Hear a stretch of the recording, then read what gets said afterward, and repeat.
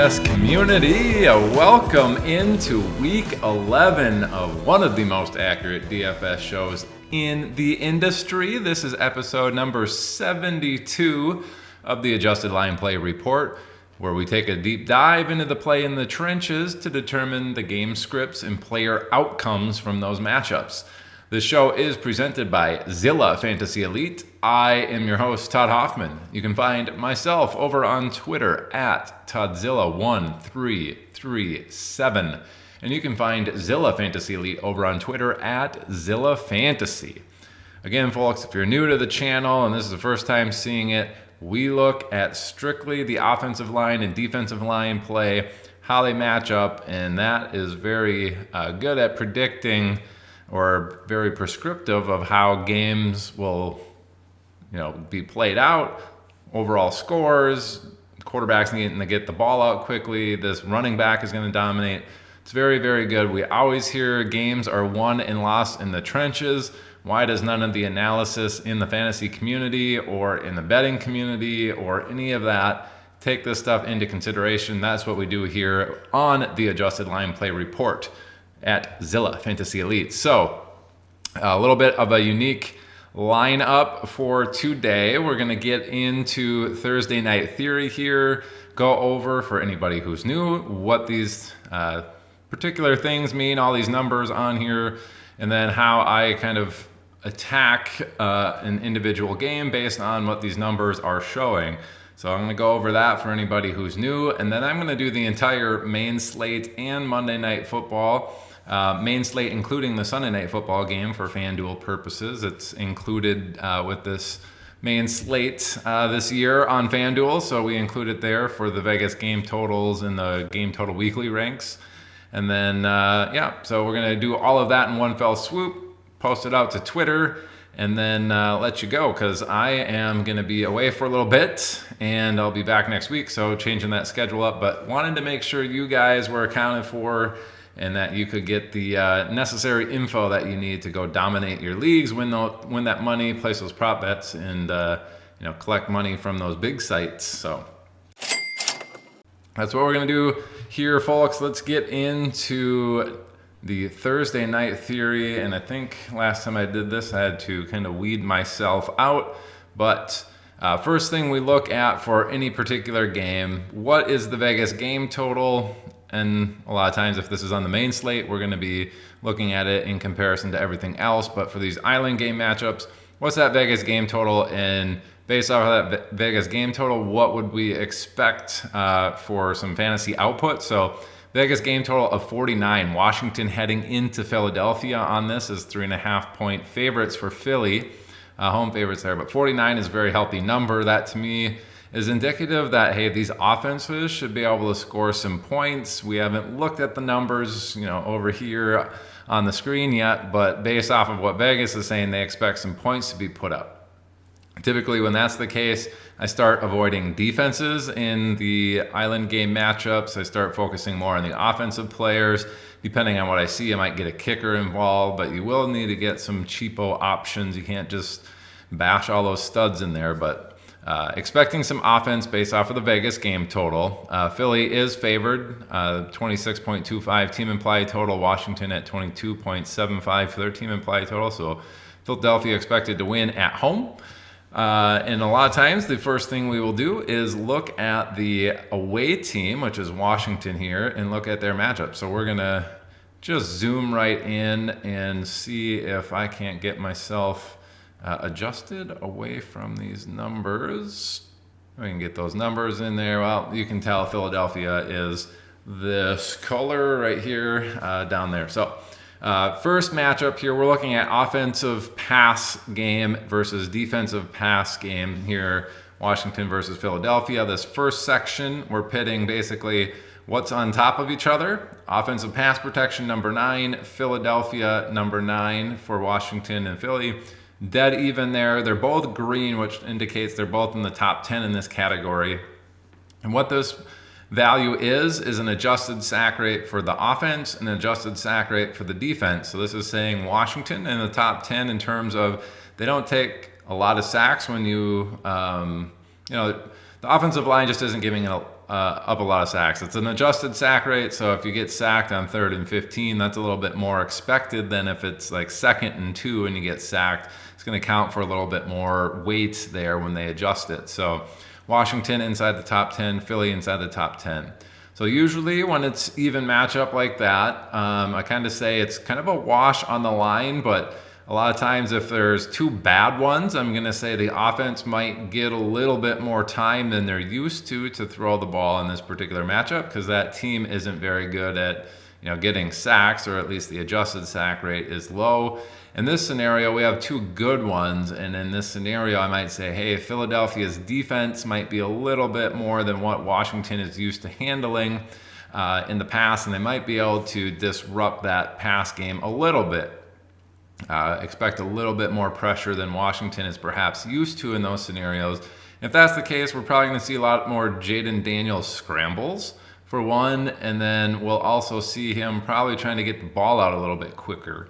And if the quarterback's trying to get the ball out a little bit quicker, who does that benefit? That's going to benefit people that are running the shorter routes. So running backs, tight ends, a lot of times a slot receiver is running short routes, but based off of Washington's offense here, I think that's Olamide Zaccheaus running a lot of those underneath routes. I don't have the numbers in front of me in terms of what his ADOT is, but I think that's him. And then we're obviously looking at Zach Ertz, and we're looking at Austin Eckler, and maybe Brian Robinson if he plays, but he didn't play last week. It's a short week here to play Philadelphia.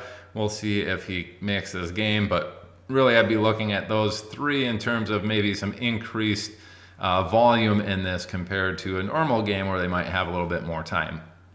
And then the offensive pass DVOA versus the defensive pass DVOA. Washington number 2, Philadelphia number 7. This is in the favor of Washington by 5. It's a okay amount, but fairly close. And both teams very good here. And that's another situation where I might say, hey, Washington's usually pretty explosive. They might not be as explosive in this particular matchup. So what is DVOA? That's a defense adjusted value over average. So in the entire context of the whole season, in this scenario where, team A has the ball, it's this down in distance, this quarter, this amount of time left, this amount of point spread. If they do a pass play on this is an average outcome.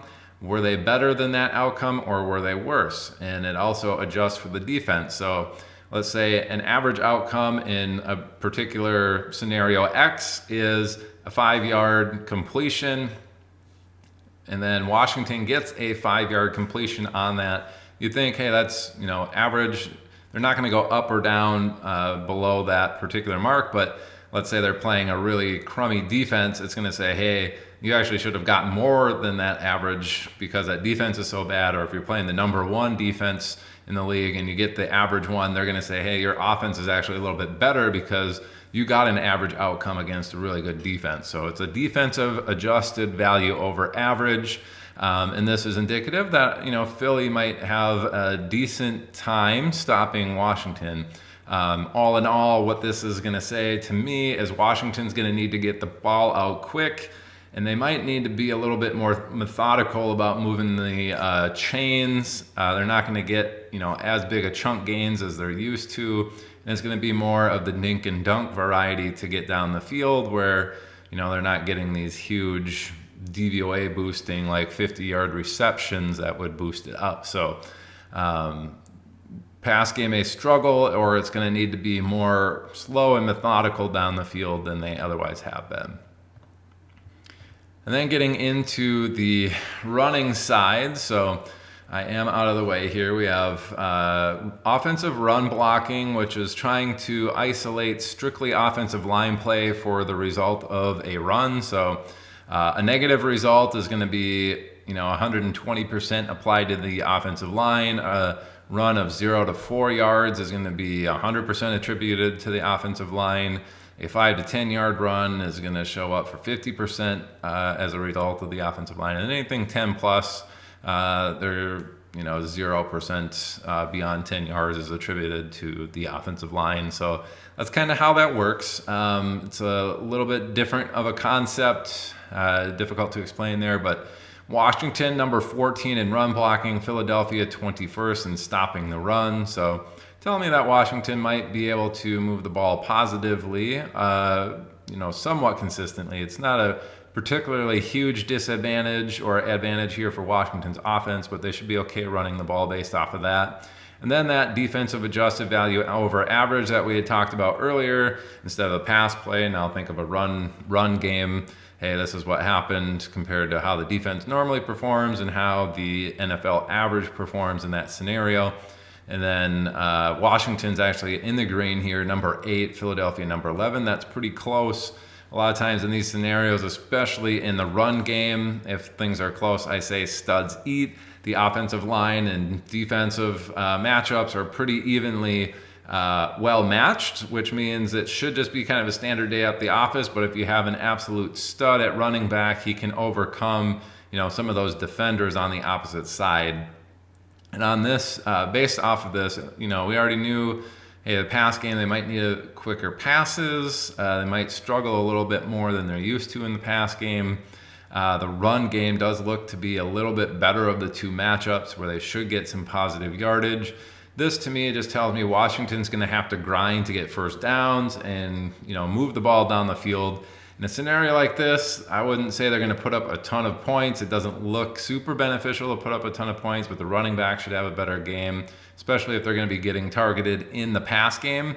And then a lot of times, based on that, knowing, hey, they're going to have to grind their way down the field, odds are if they do get into that red zone or near the red zone on the opposing team's side of the field, they could stall out. And then I'm looking, hey, Washington might kick 3 or 4 field goals in this where they're slow and methodical moving it, but they can't continue that the entire drive.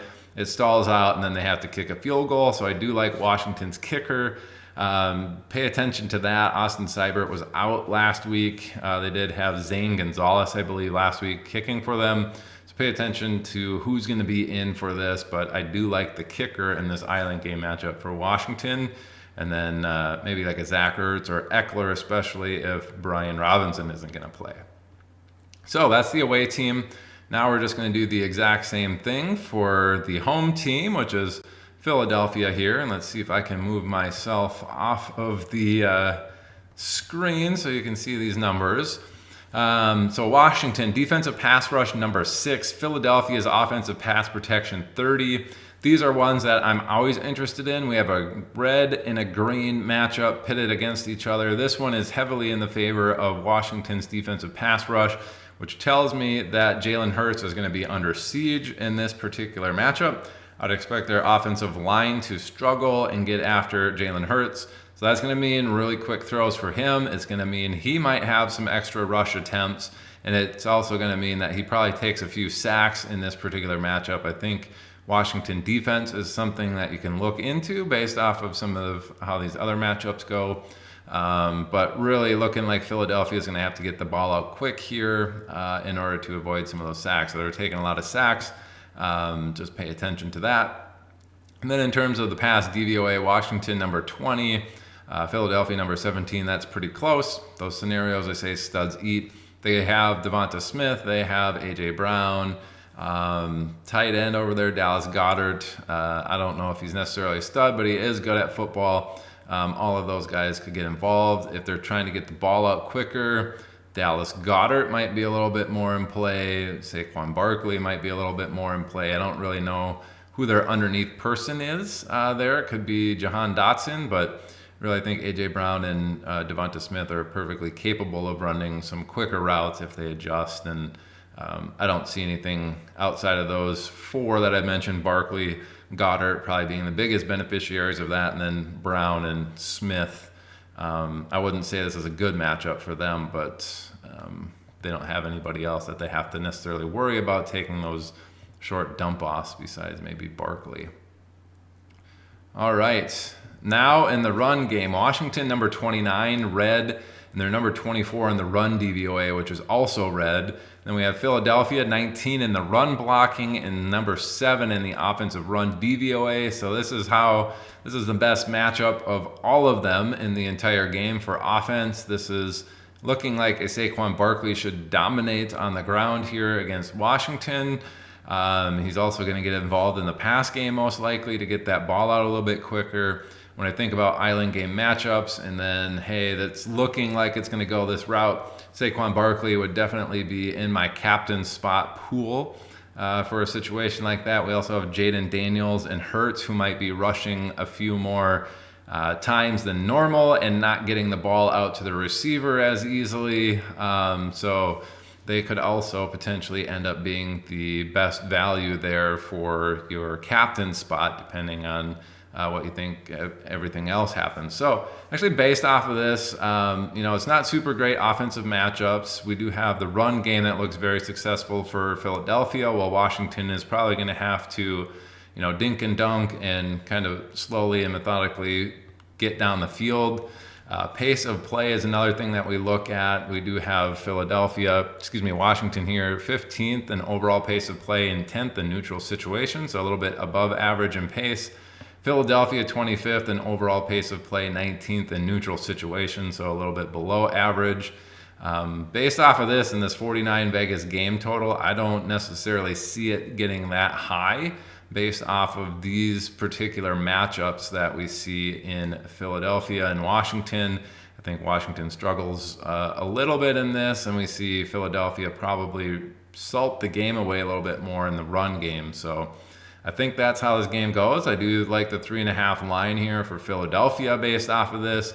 The one thing that could throw a wrench into it is right here with Washington. If they get out to a lead and they have to force Philadelphia to pass, it might be bad news for Philly fans in terms of being under siege there. So that's the Thursday night theory portion. It's always nice when I do this all together, so you get this kind of information ahead of time, and then you can use it throughout the rest of these matchups to say, hey, okay, I kind of understand what these numbers mean, where I'm pitting these numbers against each other and how these lineups work, and you can use that information to maybe make your own guesses. Maybe you don't agree with my assessment of how that might go down for that particular matchup, but I give you the numbers, and if you want to make a different assessment, you can. Certainly fine with that. Just go out and win some money. So Thursday night theory down. Let's get to that main slate. All right, first game on the main slate, we have Seattle heading into San Francisco. This is a late game, so an afternoon game, depending on your time zone. But it's a 49.5 Vegas game total, so that's pretty healthy. If you remember from the Thursday night theory, they were at 49. This is at 49.5. Again, the first number one on the slate. We have a 6.5 point home favorite here for San Francisco, which gives them a 28 team implied total, which is good for second overall in terms of this main slate, second best team implied total. Then Seattle at 21.5 is the 16th best.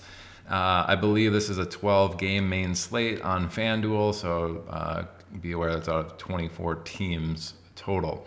So getting into the Seattle side, 22 in pass protection, San Francisco 13, pretty decently in the favor of San Francisco. They should be able to generate pressure, which means Seattle's going to need to get that ball out a little bit quicker. Pass DVOA 14 for Seattle, San Francisco number 2. So Geno Smith may struggle in this, be under a little bit of duress. And it looks like San Francisco pretty good at shutting down the pass game.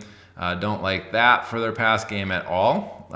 So bad news for Geno Smith. This is the number one game on the slate. Just be aware, Seattle does have a ton of pass volume, so they might get there on volume, but it doesn't look like it's going to be a very effective week in the pass game. And then in the run game, we have Seattle number 29. They're red in the run blocking. San Francisco 15th in that category. So expect probably quite a few negative or 0 to 5 yard runs here for Seattle. Not a ton of explosion. And then there's run DVOA 20th and 20th, pretty evenly matched. If you have a stud, they can overcome that. I think a lot of people believe Kenneth Walker is that in the NFL. So, he could overcome a matchup like this where sure, he might get stuffed behind the line or at the line of scrimmage a bunch in this game, but he's maybe capable of popping off a big one in this particular matchup based off of his DVOA ones. But not looking good for Seattle. Run game might struggle a little bit. It is the better of the two matchups, in the pass game definitely looks like it's going to struggle.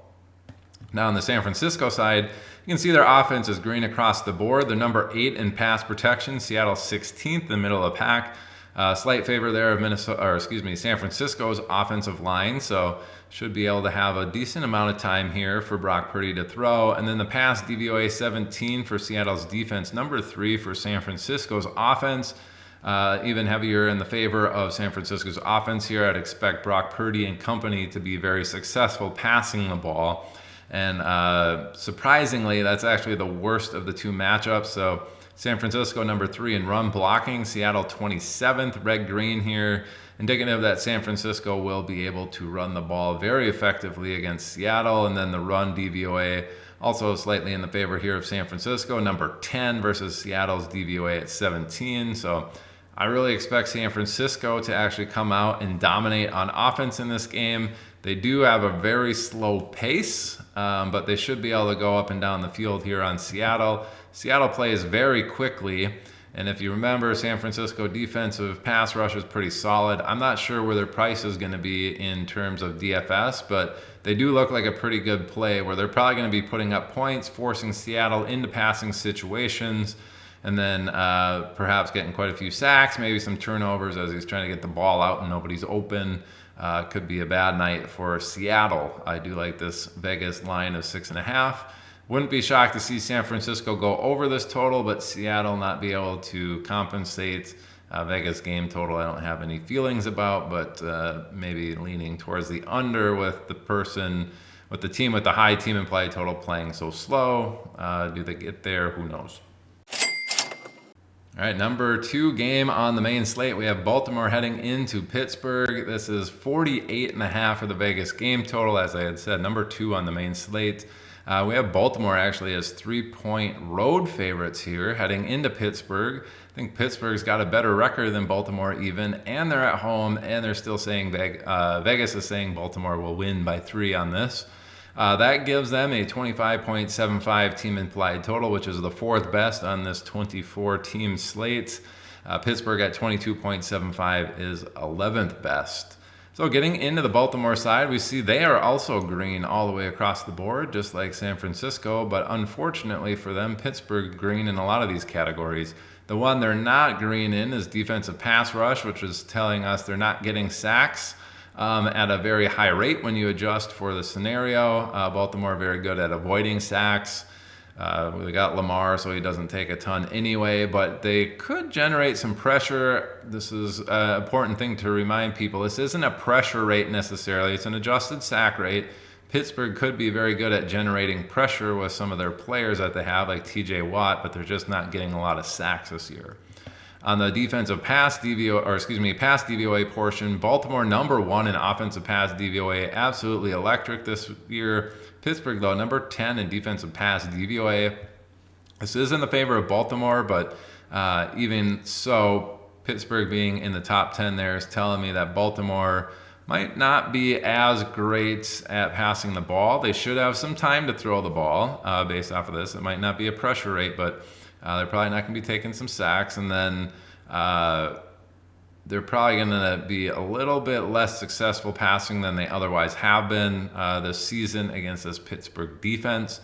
Then getting into the run game, it's actually pretty close here. So number 6 for Baltimore in run blocking, Pittsburgh 3. Slight favor of Pittsburgh's defense there in terms of stopping the run. And then run DVOA for Baltimore number 2, Pittsburgh number 9 in defensive run DVOA. So DVOA is indicative that Baltimore may struggle moving the ball a little bit more than they're used to. They're going to have to grind it out, but they have certainly proven themselves to be pretty good this year. Just be aware that it might be a little bit slower in this particular matchup against Pittsburgh. On the Pittsburgh side, they're number 20 in offensive pass protection, Baltimore number 14 in the defensive pass rush. Slight favor here of Baltimore's defense in terms of getting after the quarterback. But keep in mind, some of these numbers were not with Russell Wilson in there. I think he's been doing a pretty good job. The pass DVOA, Baltimore has been really atrocious in that regards. Number 25 in pass DVOA, Pittsburgh 15. It feels like Baltimore should be even lower than this suggests, but I think this is a really good matchup for the Pittsburgh offense here. We do have George Pickens and Mike Williams and Kelvin Austin, I think, are all viable in this particular matchup. If you think they're going to be under a little bit of duress from this Baltimore team, you could look at Pat Freiermuth. I just think this pass game is going to be pretty explosive. I do like George Pickens in this particular matchup, and then Mike Williams more as a dart throw. Even Calvin Austin as a dart throw in this particular matchup. The run game, though, does not look good for Pittsburgh. Baltimore is 7-4 in the run categories. Pittsburgh 16 and 21st. So this is an avoid for me on Najee Harris. If you can spare it, I would probably avoid him, and I definitely will be second guessing any sort of Jaylen Warren starts this week. If I can, put somebody else with an equal median projection, I'm probably going to go that route versus Jaylen Warren in a matchup like this. So keep that in mind. But interesting one here. I do like Pittsburgh's pass game, probably the best out of all four of these matchups. In terms of pace, Pittsburgh a little bit below average, but decent. And then Baltimore, overall pace of play is slow because they're always leading, but number 9 when the situation is in neutral. So one of the faster teams when the game is in a neutral situation. And third best game total on the slate here at 47 is Jacksonville heading into Detroit. We have a whopping 13-point home favorite here for Detroit over Jacksonville. It's a very large Vegas line that gives Detroit a 30-team implied total, which is number 1 on the slate. Jacksonville at 17 for their team implied total is 23rd, second to the worst there. Jacksonville side, offensive pass protection number 15, Detroit 23rd in the defensive pass rush.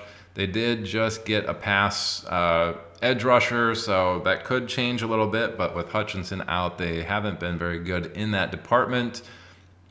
So it's looking on paper that Jacksonville could be okay in terms of time to throw the ball, which is good for Mac Jones.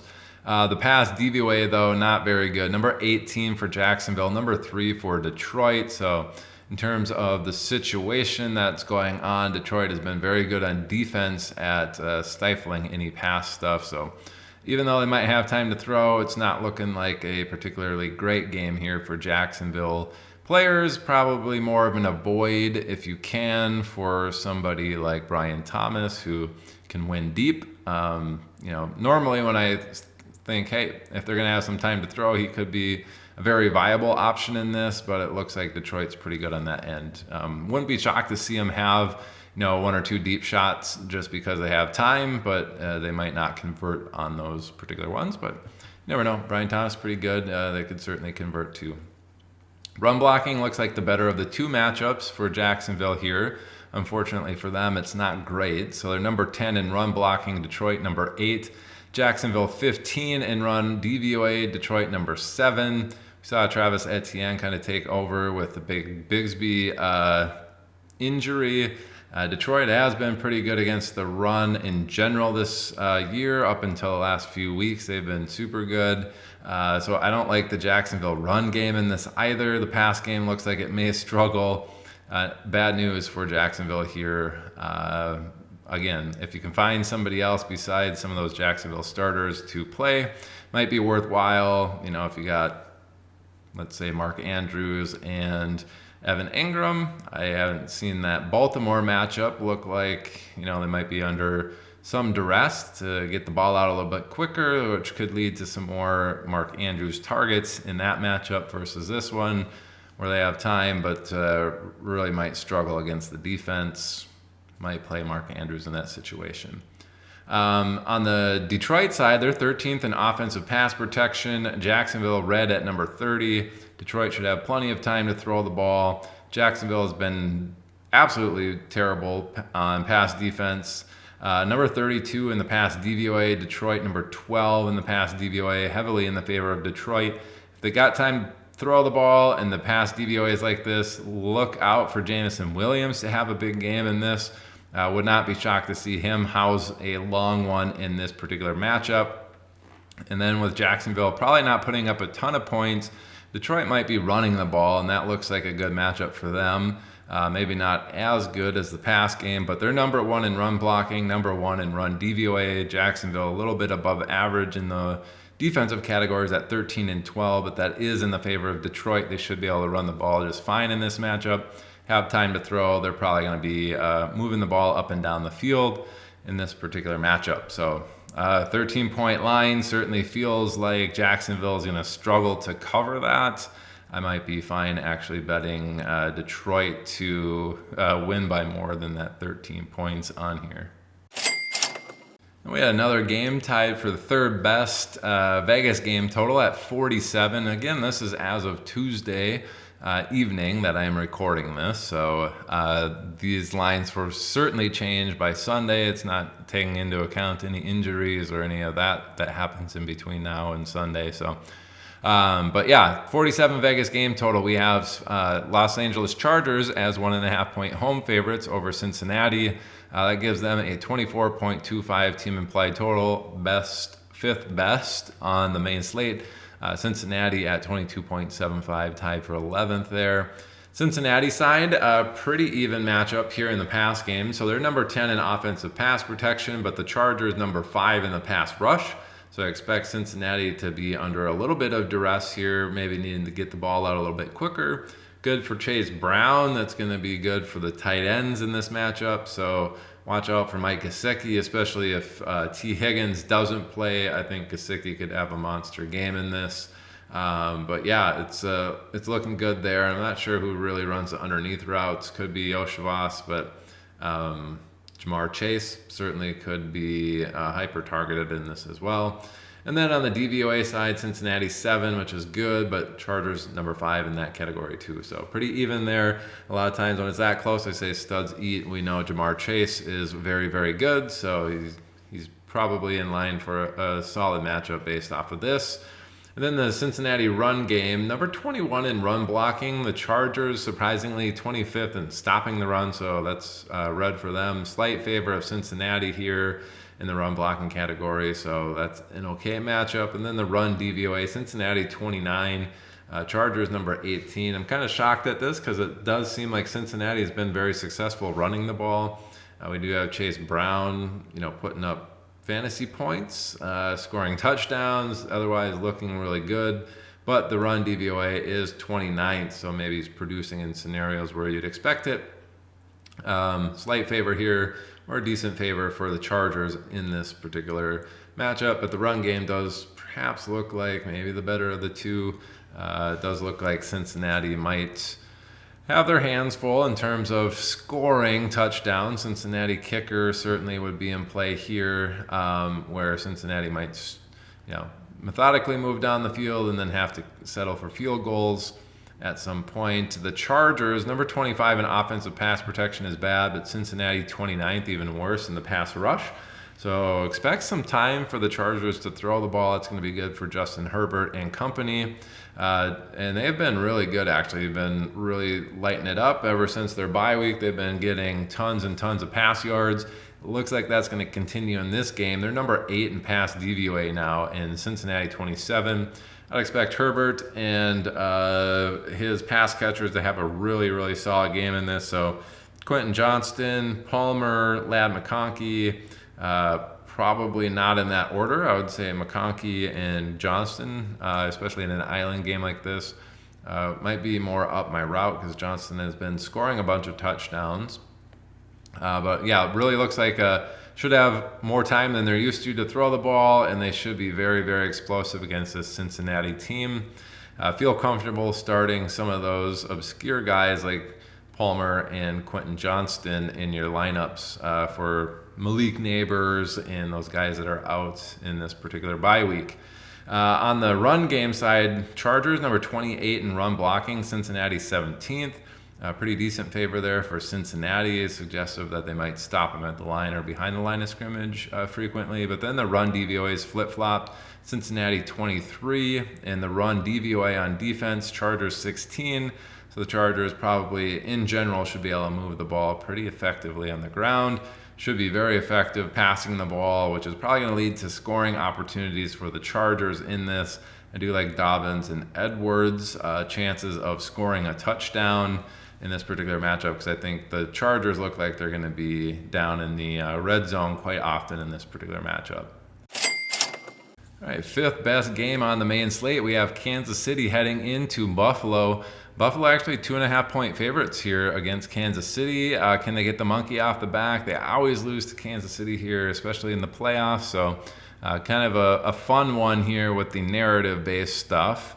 Josh Allen versus Mahomes. But yeah, Buffalo 2.5 point favorites on a 45.5 Vegas game total, 5th best one on the slate. Buffalo's 24 team implied total is 7th best on the main slate, and Kansas City's 21.5 at 16th best. Kansas City and Buffalo in the pass game. Kansas City's pass protection number 12, Buffalo 19 in the pass rush. That has been without Von Miller in a few of those games. He was suspended, but he is back now, so I think that might be a little bit closer to even on paper for Kansas City. So kind of a standard day at the office. The pass DVOA is dead even, so studs eat kind of scenario. In this situation, I do think we're going to see a lot of Kelsey and we're going to see a lot of DeAndre Hopkins in a matchup like this, where they're the savvy veterans, and I think they know how to get open, and it's going to be them in the pass game that are focused on. And then the run blocking side, Kansas City pretty good at number 8, but Buffalo number 5 in stopping the run. Kansas City number 11 in run DVOA, Buffalo number 5 in defensive run DVOA. The one thing that Buffalo does do is give up a massive amount of receptions to the running back, so this isn't necessarily a fantasy indicator. At number 5 and 5, you'd think they're really good at shutting down the run, which it does seem like they are, but running backs do score a lot of fantasy points. So we could see Kareem Hunt. I think he had something like 10 targets last week, which is absolutely crazy.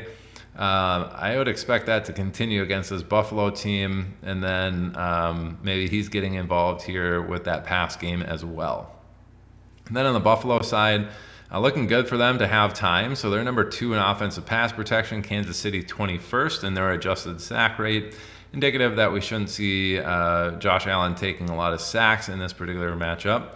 But the pass DVOA for Buffalo, even though it's number 4, we see Kansas City at number 9 in the defensive pass DVOA. So maybe a little bit more difficult than Buffalo has seen, but they should have time to throw the ball, which is good.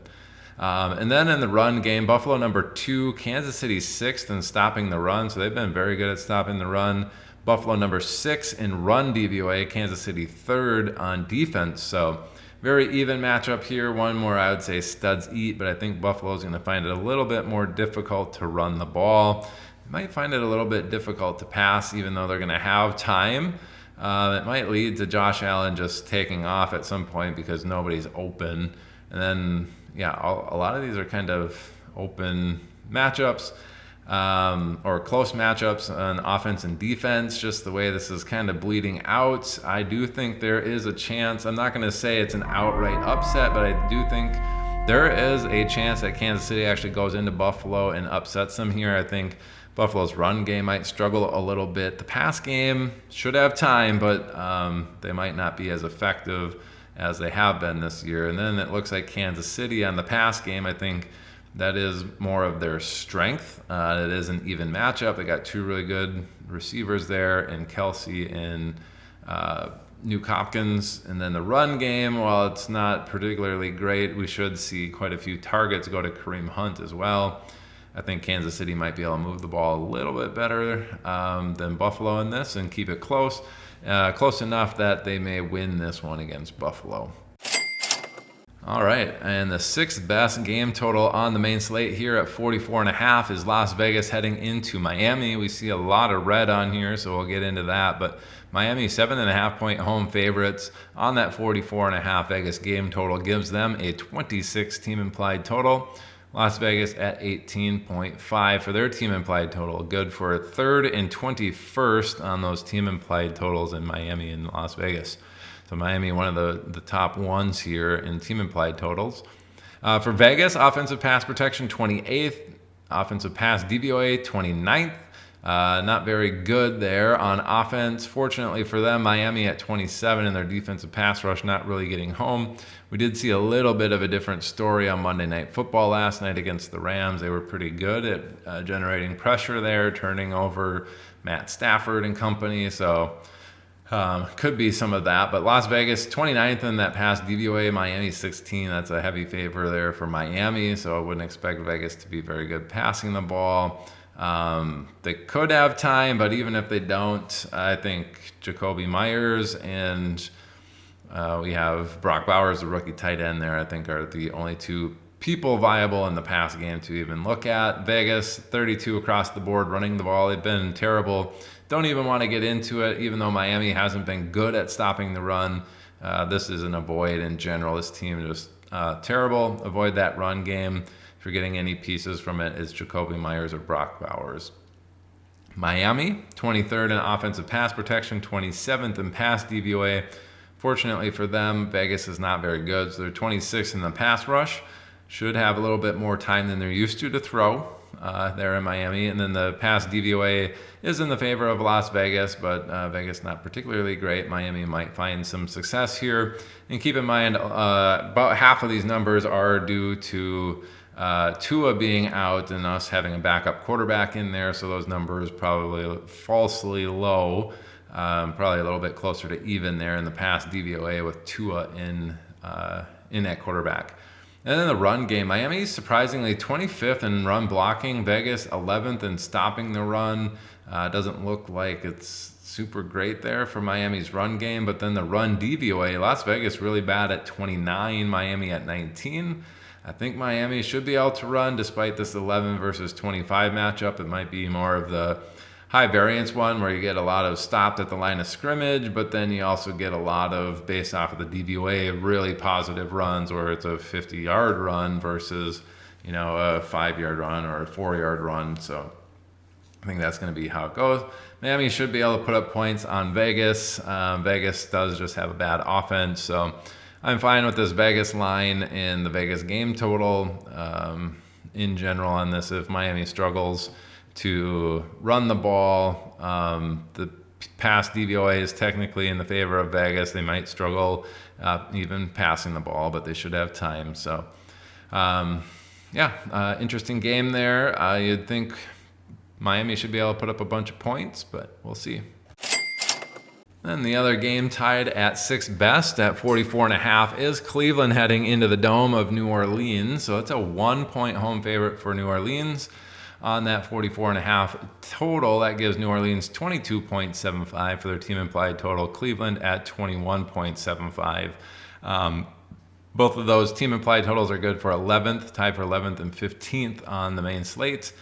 Cleveland side, they're red across the board on offense. A lot of that is due to Deshaun Watson, but 31, 32, 30, and 30 is really bad. Fortunately for them, there's a lot of red from New Orleans, so 25th in pass rush. They should have a decent amount of time to throw the ball for Cleveland here. Pass DVOA, though, for New Orleans, number 12, Cleveland 32, probably a little better with Jameis Winston in there. But, with time to throw, I think Jameis Winston's going to be good. And you can probably safely start some of your pass receiving options here in Cleveland.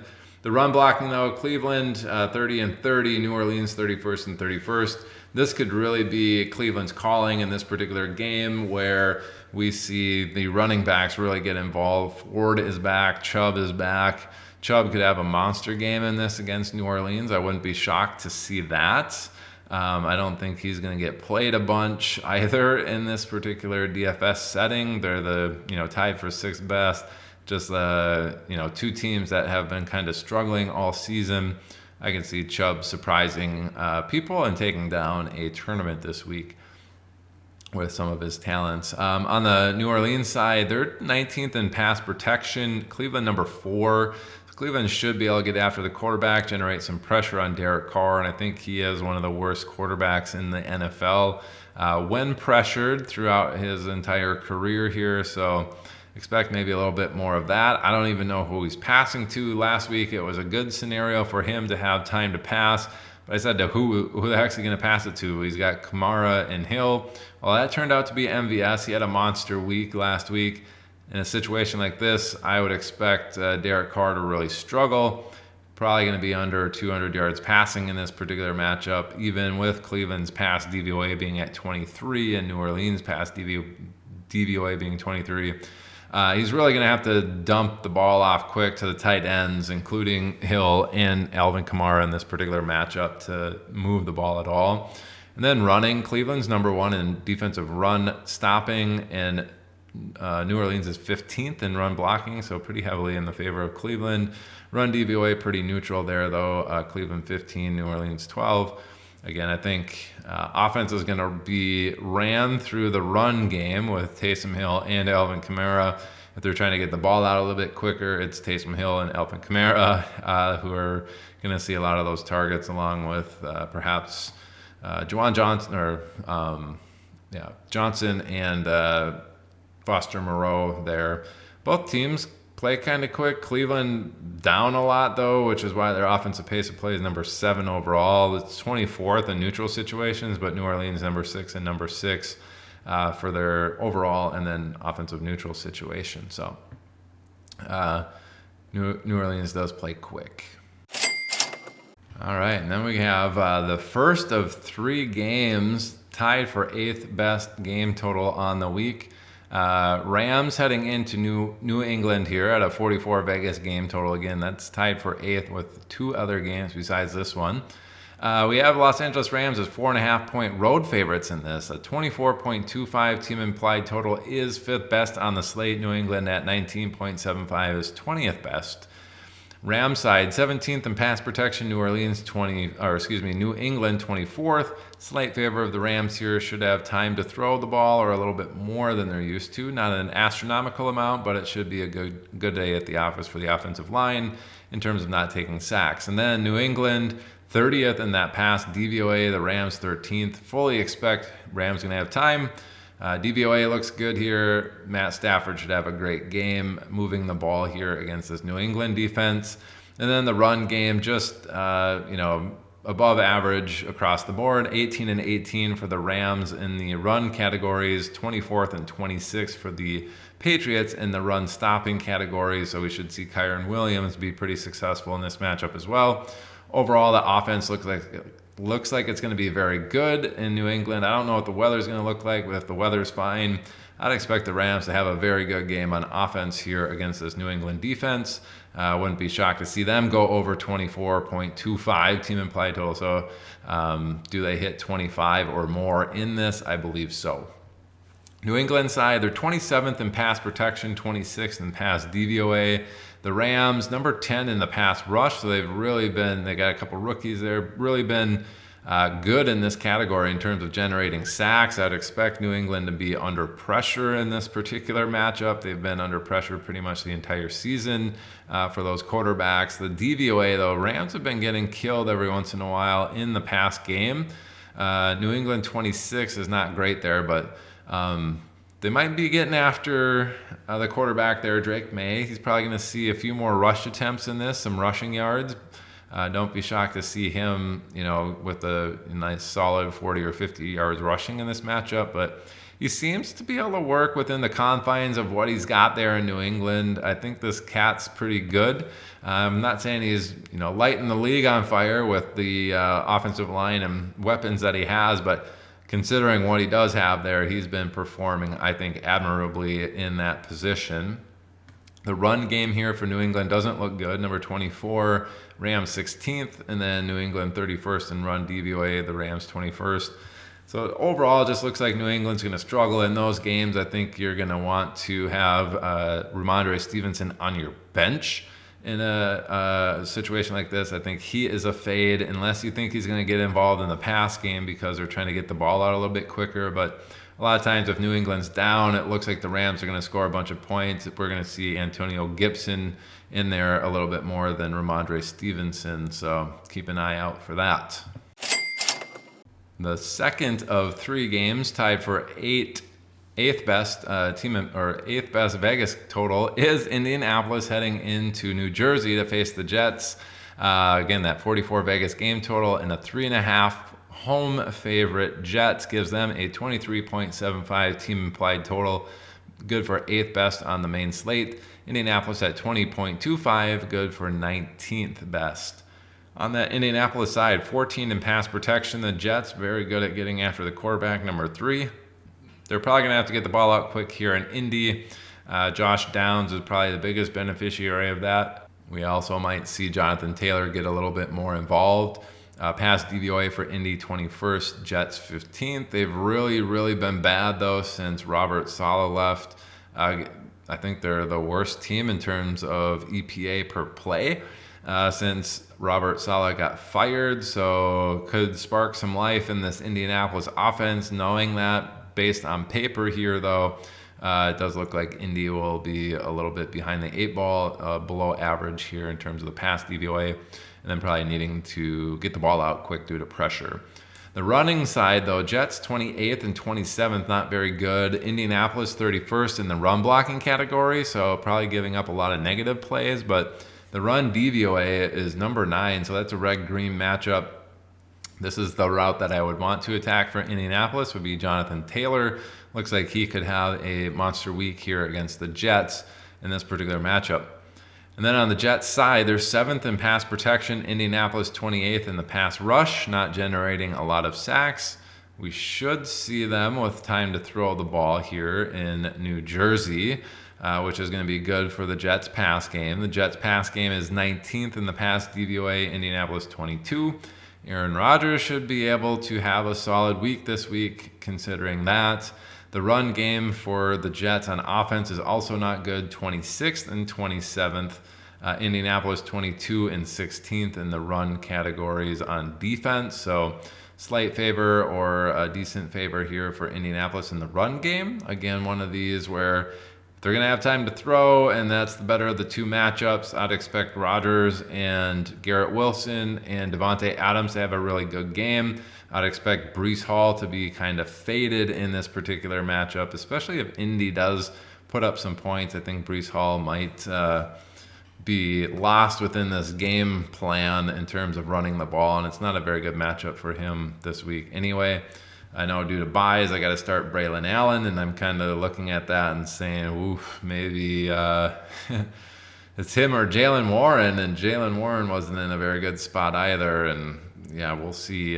Maybe I have some second thoughts on starting Braylon Allen in some of these leagues based off of this matchup. All right, and the final of the 3 games tied for the 8th best on the main slate at 44 is Atlanta heading into Denver.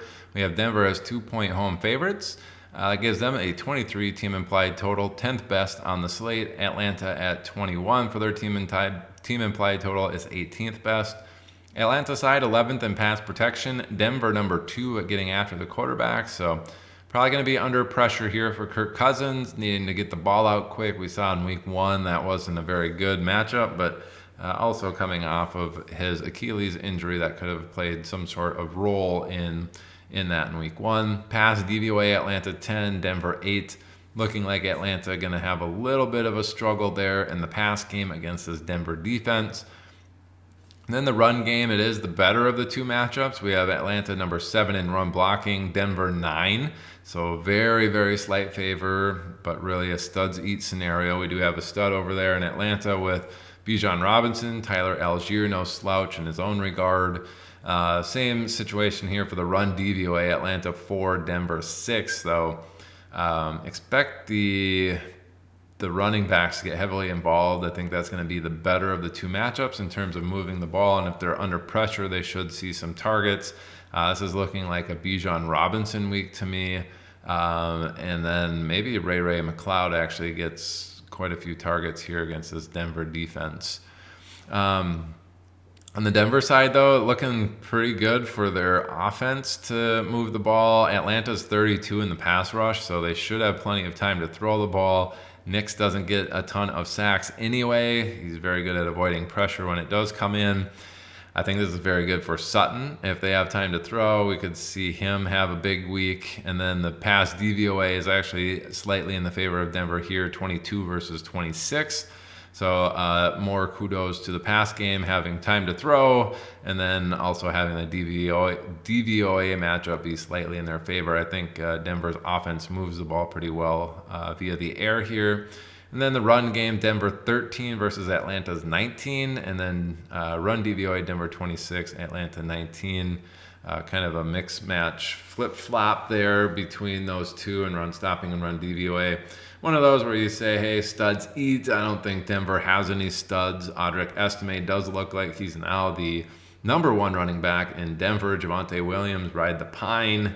So watch out for that. Kind of an interesting one. One thing to note, I don't know, Denver's defense is probably going to be very expensive, but they're playing Atlanta. Atlanta is very quick.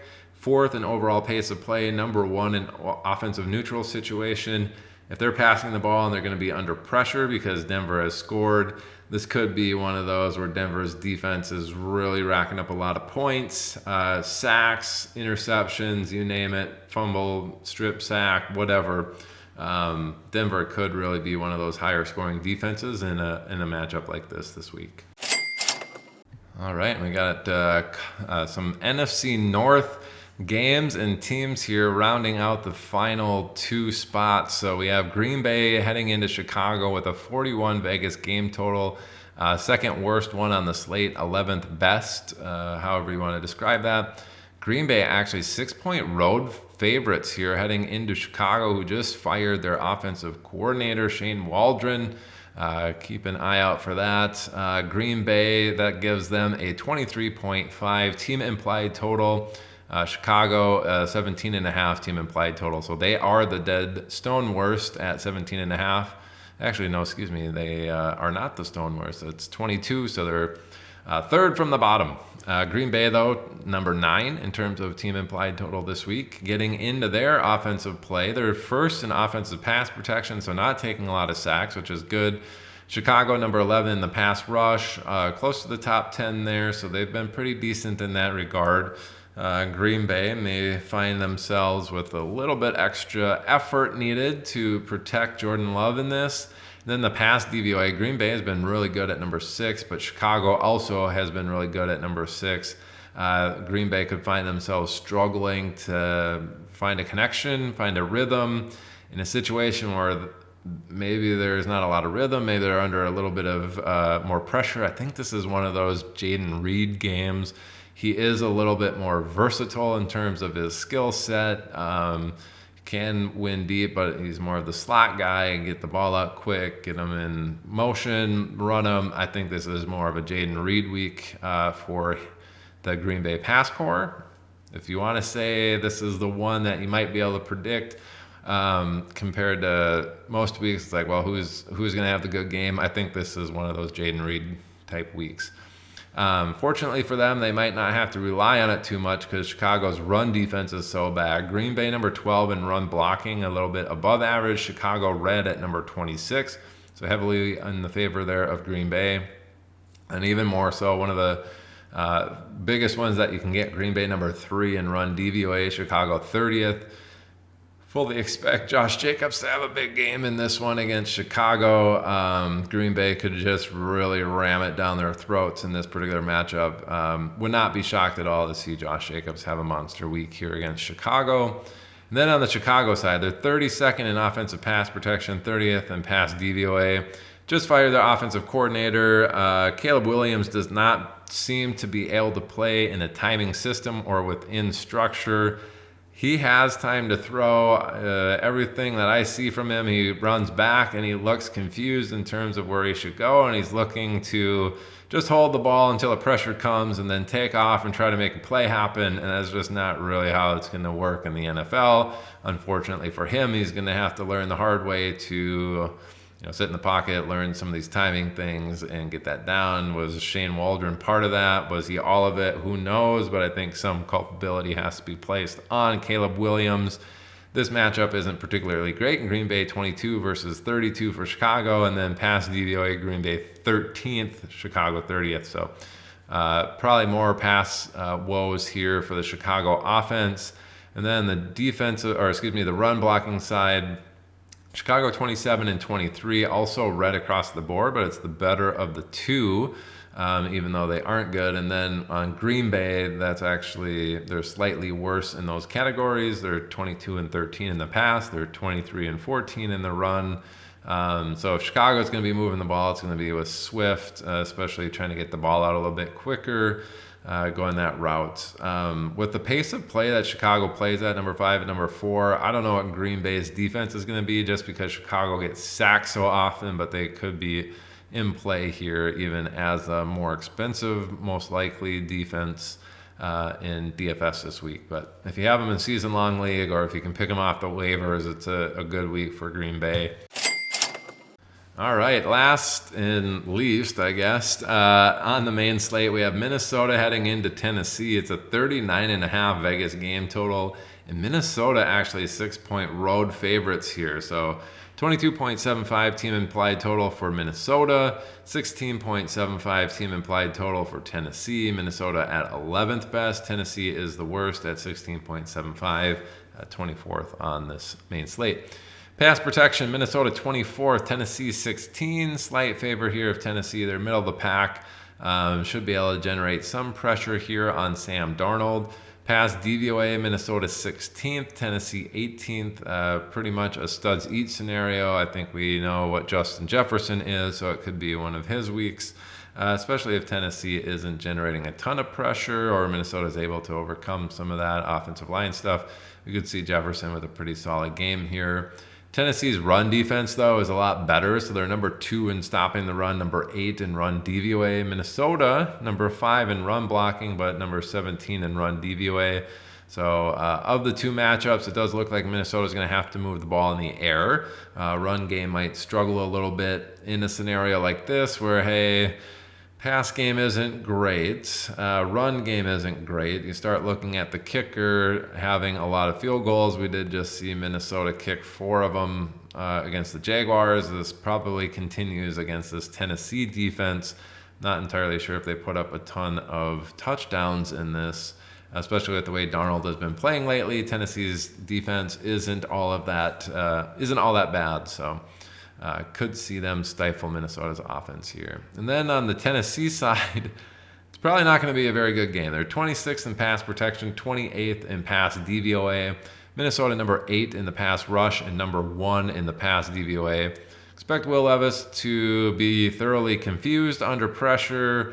Minnesota's defense should absolutely dominate in this. If Minnesota puts up some points this week, they might be scoring 1 or 2 of them on the defensive side based off of this matchup. It's going to be bad news, I think, for Will Levis in this matchup against Minnesota.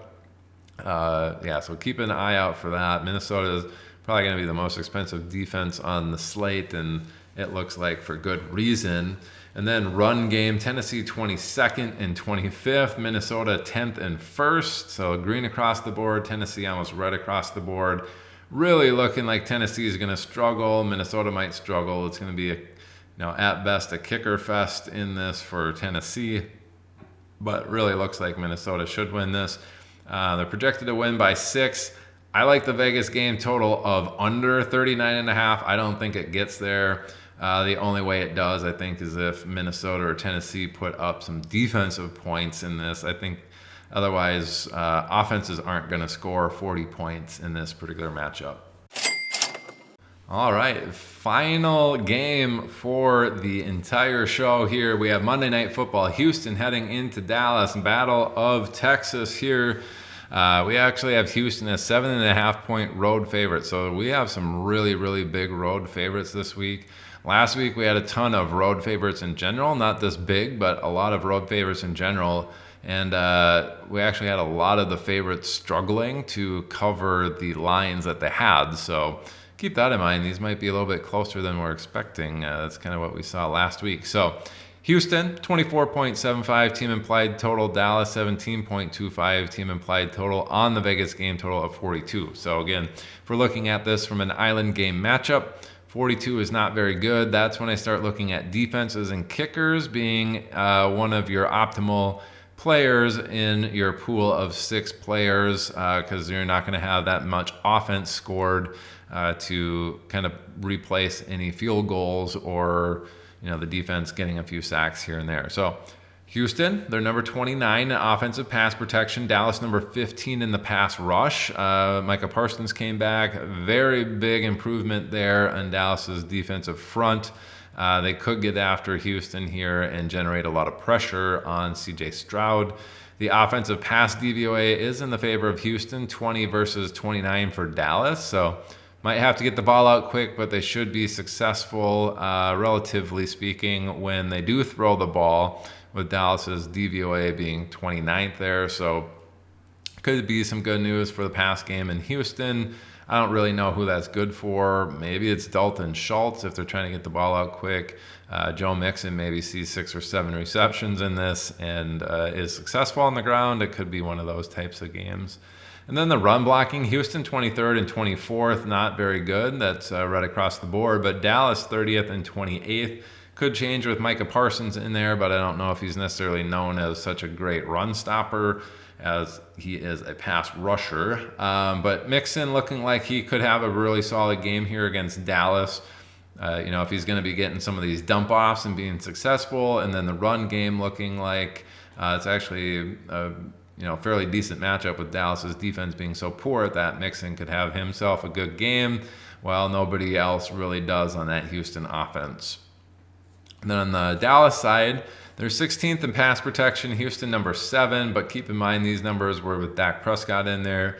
We're going to have a version of Cooper Rush and maybe even Trey Lance if he struggles in this game, who's even worse than Cooper Rush. So Houston's defense is definitely in play, especially as a captain spot, and then you can probably get some of these more expensive offensive players into your lineups. But yeah, Houston 7th in pass rush, Dallas 16th. They should be able to generate some pressure against Dallas here, especially with Cooper Rush there. And then pass DVOA number 4, Dallas 25th in offensive pass DVOA. So really looking like they're going to struggle to move the ball in the air. And then on the ground, Houston's even better. Number 4, number 2 in their defensive categories. Dallas 17th and 28th, one of the worst run teams there. So expect Houston to thoroughly be able to stop the run.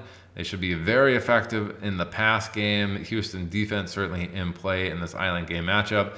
You do have to select at least one player from Dallas in this game. I don't know who's going to be putting up a ton of points, or even if they're going to be pulling starters at some point in this matchup if they're just playing poorly. But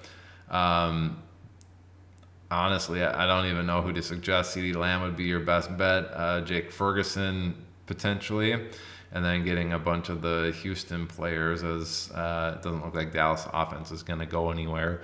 And they do play relatively fast, so that's another reason to get Houston's defense in there. Probably a lot more sacks, a lot more opportunities for turnovers. Even though Dallas won't be good, they're going to burn through their 3 and outs very quickly with sacks and whatever else happens. Probably some turnovers in there as well. So not looking great for Houston, particularly great on offense, but they're probably going to be able to move the ball somewhat effectively. Dallas, not at all. I don't think Dallas even scores 17 in this. Houston, kind of debatable, but 42 Vegas game total feels about right, and I think they win by more than 7.5 in this. All right. That's going to do it for the main show here. Want to get it out. I know it's Tuesday and it's early, but you'll have it all week to make these decisions. Check the Twitter account for the physical copies of this, so you don't have to go through all of the videos, but I will be posting that here on Twitter probably within the next hour after uploading this video to YouTube for your viewing pleasure. So it's been my pleasure to bring episode number 72 of the Adjusted Line Play Report on Week 11 of the 2024 season to you. Hopefully you can use this to go make some excellent prop bets and win some money out there in Week 11. That's what this is all about, is growing that bankroll, and you know exactly where to come for that info to make that happen. All right, folks. Thanks for watching. Next week, week 12, it'll be a little bit delayed. I won't be back into town until late, and I'll probably be getting all of this information out. In terms of Thursday Night Theory, will come out in a regular time. We'll have the main slate coming out Friday night or Saturday morning for you, and that will remain the same. But I wouldn't expect anything on Twitter until Friday. Expect a Thursday Night Theory for the Thursday night football game, but otherwise that's going to be the schedule for the rest of this week and next week. So go out there, win some money for me. I'll be cheering you on as I am enjoying my much needed respite from work and everything else going on to just enjoy some rest and relaxation. All right, have a good one, folks. Peace.